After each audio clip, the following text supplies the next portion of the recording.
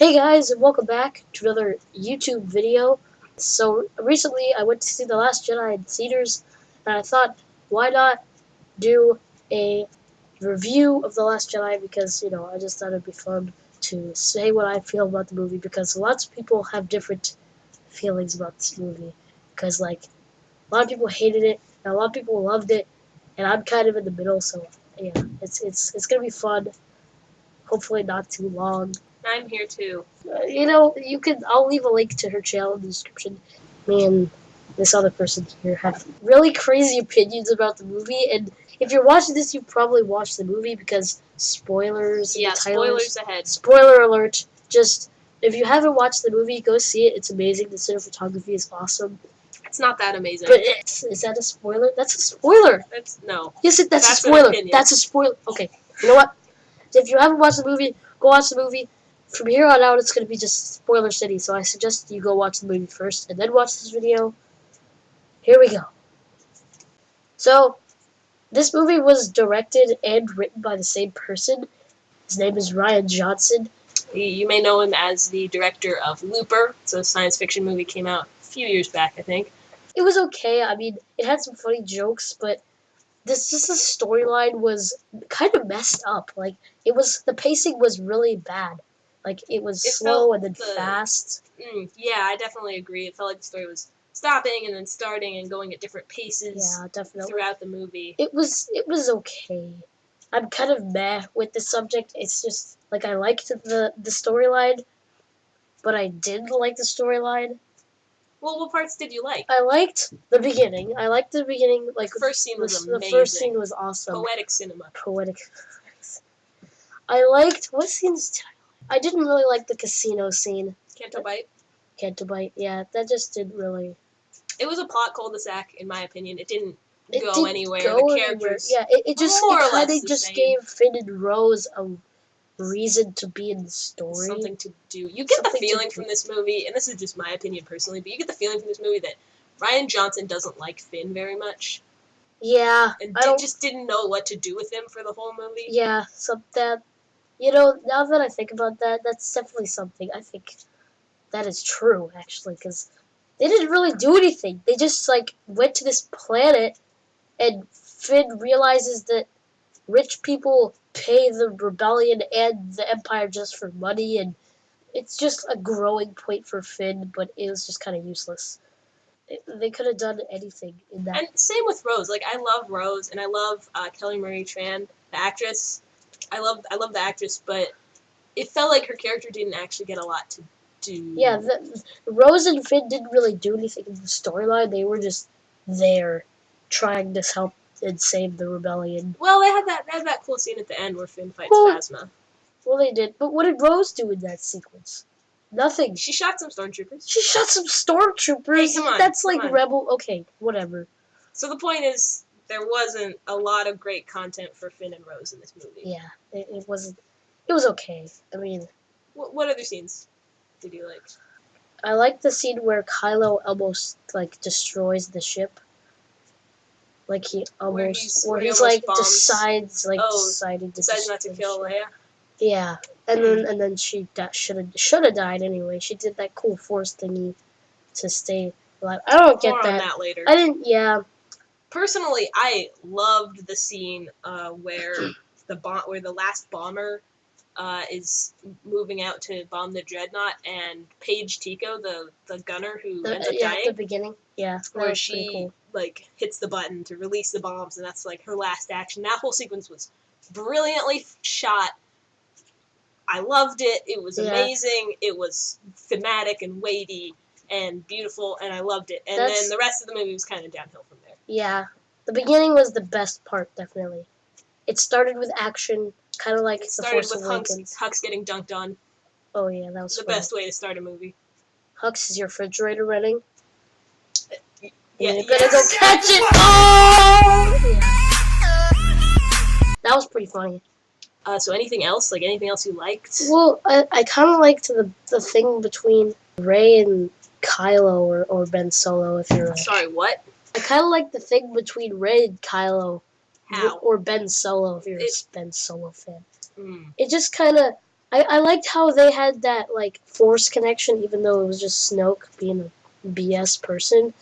He, I feel like they could have done so much with that, like Rey and Kylo arc. I disagree. I don't think it served the story that there was that weird Force connection thing. It was an interesting idea, but ultimately it didn't go anywhere. And the only way I think it would have worked is if it had been the connection between them had been leading up to some kind of reveal that they're siblings or they're cousins or they're related. Yeah, in some way. Well, that's kind of what I'm saying. Is because it could have made a huge. They could have helped the story. Could have made the story crazy awesome in multiple ways, and yet and it would have made more sense. Just Snoke dealing with like I don't. It ended up being Snoke's manipulation of them ultimately. Well, yeah, if they're watching this, they would have watched the movie, so they would have known. I'm just okay. Being charitable. Okay. So it ends up just being that Snoke was manipulating them the whole time, in case you've forgotten, and so it just didn't work for me. I didn't like it. It felt out of character for Rey. It felt like it came too soon after the whole battle on Starkiller Base in the last movie. It just didn't make very much sense, and I felt like it took away from Rey and Luke's relationship. Yeah. Because instead of using the island segment to have her and Luke bonding and like learning more about old man Luke and what he's been up to and how he's changed. Yeah, it was just Rey and it was all that Kylo. Yeah. And sometimes Rey. But Rey and Luke's relationship in this movie is kind of weird in different ways because they don't really do anything together. Like Luke doesn't really train Rey. Yeah, they have like one way. Scene, I think. Yeah. Where he trains her and then he freaks out because she touched the dark side. Yeah, like. And Luke felt kind of out of character. When I remember when we walked out, my dad was like, "I think Mark Hamill was a little bit too Hamill-y in that role. Hamily. He wasn't enough Luke. Too Mark Hamill and not enough Luke Skywalker. Yeah, definitely needed to remember his old days in 1990. What was it, like 1995 when the Return of the Jedi came out? 1997. Okay. No, Return of the Jedi. I don't know. I think it was the 80s or the 70s. It was 70s or 70s. No, the 70s was when A New Hope came out. Yeah, we're fake fans. We don't know when the original trilogy came out. Care. But there's new Star Wars.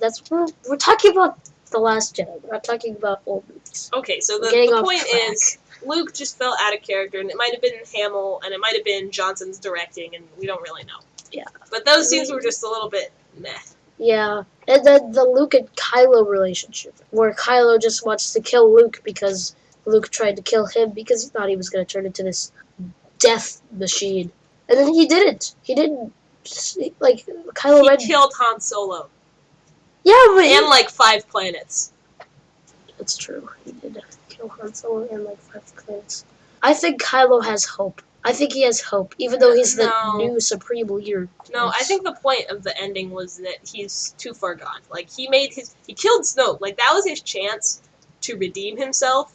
It was a good chance. It was a good chance, and he had that chance, but then he rejected it and went full Vader, join me, Rey, on the dark side, and now he's the Supreme Leader, and I think he's gone. I think that was it for him. But the whole scene with Snoke, that was really awesome. That was a really awesome sequence, like with Snoke, and then the fight, like Rey and Kylo fight. That fight was pretty cool. That was awesome. I'll give you that. The thing is, we don't find out who Snoke is, or was. He's just a guy with the Force. Maybe looks like a shoe. And then he dies. Poor Andy Serkis. Do you think Andy Serkis is going to be in Episode 9? No. No? You think he's done? Yeah. Do you think Snoke is going to come back? No. You know, we were all hoping we'd find out who Snoke was in this movie. There are all the theories. Is he Jar Jar Binks? Is he Mace Windu? Is he Jar Jar Binks? That was a theory. That was a theory. I thought he was Mace Windu. I thought he was going to be like Mace Windu. And I never thought that. Mace Windu was not. I didn't think that. But he's no one. At least we never find out who he is. He's just a guy who got chopped in half, and he dies. But that sequence, that scene though was amazing. He turns the lightsaber to kill his greatest enemy. Pew! That was pretty cool. And then there's the Resistance. Oh boy! In this movie. There's a lot of. So the Resistance, I think, in this movie was just a big fight for survival for them. Yeah, the Resistance plot, this is another thing. The Resistance plot takes place over about 18 hours as they're trying to escape the First Order. Yeah, they say that. When Rose and Finn are flying to Canto Bight, Finn is like, yeah, they have about 18 hours of fuel, so that's our ticking clock. That takes place over about 18 hours, and which is weird because I think the Rey plot lasts longer. The Rey, she's on the planet for like couple of days. Of course, time does work differently in space, as we all know. Don't quote me on that. But so the Resistance plot is just them trying to run from the First Order and stay out of range of their guns. I thought that Leia in this movie, for the entire movie, I was like, yeah, Leia. And then when I got out of the theater, I kind of thought like, oh yeah, Carrie Fisher's not here anymore. Yeah. So what are they? Hey, moment of silence for Carrie Fisher.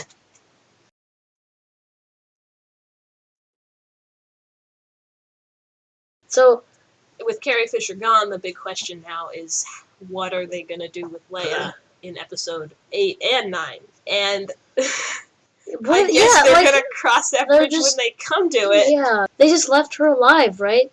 And it's really weird because Leia in this movie has a lot of near-death experiences. Yeah, like, there were multiple chances they had to give her a great heroic send-off. There's a part where she talks to Luke again, and he says the line, "No one is ever really gone," which means a lot more now that she's gone. Yeah, but true. But she's alive by the end of the movie. She's fine. Maybe it's like something wrong with like how she had died, because remember she had a heart attack. Was it a heart attack?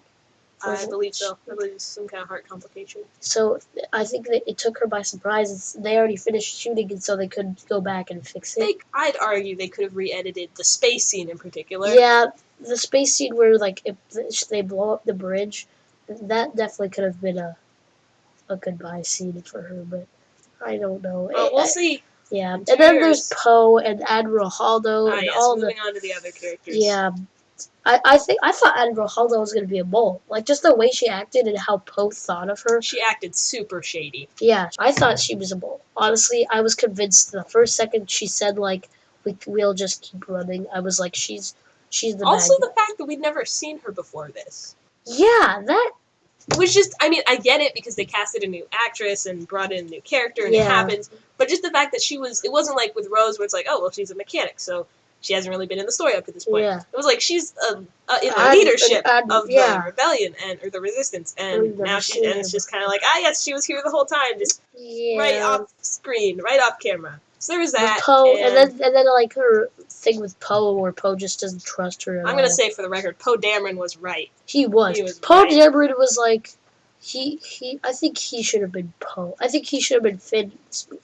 They should have like switched. Well, according to what I've read, originally the plot line to Canto Bight was Poe and Finn. That would have been way better. And then Rose could have been like. Well, see, the thing is that not to like rewrite Rian Johnson's movie here, but if that had been the plot, and then Rose was still on the Resistance ship for whatever reason, it almost would have made the Holdo plot make more sense because, of course, she isn't going to tell this low-ranking mechanic everything right away, which would have seemed more logical than her just not telling a captain stuff because, I don't know, she hates him. Yeah. Or something like that. Something good about the casino scene was, what's his name? Benicio del Toro. His character. DJ? That guy. He was okay. He was like the Lando Calrissian of the movie, except evil Lando Calrissian. Evil Lando. Well, yeah, but Lando Calrissian was kind of evil. He just didn't redeem himself. Evil. He just didn't redeem himself like Lando He was doing what you've seen Empire Strikes Back like 10 times. He was doing what he had to do to protect his people. And then he redeemed himself. Yeah, did he redeem himself though? No. Yes. How? In Empire Strikes Back, Return of the Jedi. Lando? Yeah, we're talking about Lando. Oh. I don't know he if redeems himself. In Empire Strikes Back, but in Return of the Jedi, he helps rescue Luke. And he blows up the Death Star. Yeah, that's a big factor in Return of the Jedi. But Benicio del Toro's character is his character, bad. Yeah, he was the Lando Calrissian that wasn't Lando Calrissian. He just didn't do anything. He just took the money and ran. Yeah, basically. This movie was amazing. The cinematography was awesome. The storyline was meh. Just meh. I think Rian Johnson should have had at least some help with writing. It's been said that writer-directors can be dangerous because there's fewer people holding them in check. And I think that was definitely true here. I think Rian Johnson's a great director. Like, the cinematography and the editing was all very good, but the writing should have been done by someone else. Someone else should have written it. And the other two Star Wars trilogies were all written by the same person, often at the same time. So there's a real coherence of story. Well, that's arguably in the prequels. There's a coherence of story because George Lucas always knew where he was going with it. And I feel there should have been something like that in the sequel trilogy, whether it was all written by the same person or kind of written by committee all at the same time. But leaving it to different people a couple of years apart each time doesn't seem like a very sustainable structure. Yeah. At this point. This movie was still good though. What would you rate it? Like out of 10? I'd like a 7 or I'd 6. give it like a 5 or a 6 personally for me. I still think this movie was really good. The cinematography was amazing. There were some good jokes. If you are watching this just for the spoilers, good job. You should definitely go see it. It's amazing. Thanks for watching, guys. Wait, is there a spoiler we left out for the spoiler crowd? For the spoiler crowd. If you want to know everything, what happens at the end? Snoke dies. Snoke dies. Luke astral projects across. Luke dies too. Luke dies too. After astral projecting halfway across the galaxy. Yeah, that was pretty interesting. He tries to kill Kylo Ren. It's pretty interesting. So hopefully you enjoyed this video. If you did, make sure to like and subscribe. Comment down below saying what you thought of this video and maybe even what you thought of The Force Awakens, but don't spoil it for other people. You mean The Last Jedi? Of The Last Jedi, yeah. Not The Force Awakens. That was 2 years ago. Anyway, hopefully you enjoyed. Check out my channel. Yeah, I'll leave a link to her channel in the description. It's pretty cool. Share this video with other people if you enjoyed it. Hopefully you did enjoy. I'll see you guys later. Bye.